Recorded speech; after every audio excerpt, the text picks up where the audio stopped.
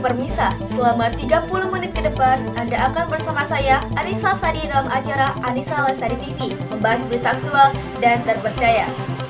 Berita terkini kasus buruh honorer Supriyani, somasi dari Bupati dan kata ahli forensik soal luka korban. Kasus buruh honorer Supriyani, 37 tahun, asal Konawe Selatan, Sulawesi Tenggara, yang diduga memukul muridnya masih terus bergulir. Kasus ini berawal ketika Supriyani diduga memukul muridnya di SD Negeri 4 Baito, Kecamatan Baito, Konawe Selatan dengan sapu ijuk hingga memar pada 24 April 2024. Sang murid merupakan anak dari Ajun Inspektur 2 inisial AHW, Kepala Unit Intelijen Polsek Baito. Meskipun Supriyani membantah tudingan itu, orang tua korban justru membawakannya ke Polsek Baito. Berikut penjelasan kabar terbaru dari kasus buruh honorer Supriyani di Konawe. Akibat mencabut surat perdamaian yang ditandatangani di depan Bupati Konawe Selatan, Guru Supriyani disomasi karena dianggap mencemarkan nama baik Bupati. Supriyani mencabut surat pernyataan damai dengan orang tua terduga korban penganiayaan yang dimediasi Bupati Konawe Selatan beberapa waktu lalu. Namun, pencabutan surat perdamaian berujung somasi dari Bupati. Supriyani diancam dilaporkan ke polisi karena disebut mencemarkan nama baik Bupati.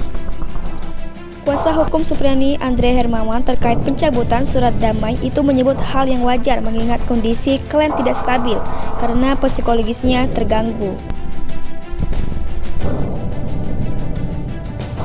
Pernyataan Ibu Supriyani itu kan jelas, kita bisa baca bahwa dia menyatakan kondisinya yang tertekan.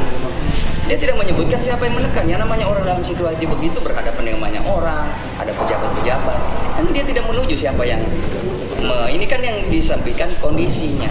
Terus ya kalau mau dipermasalahkan dengan 310 atau apa ya kami silakanlah. Ya.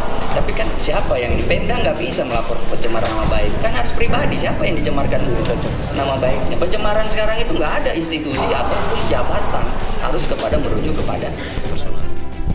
Pada 7 November 2004, kemarin sidang lanjutan terdakwa Supriyani, guru honorer yang dituduh menganiaya anak seorang polisi, kembali digelar sidang memeriksa saksi dokter, ahli forensik Rumah Sakit Bayangkara, Kendari.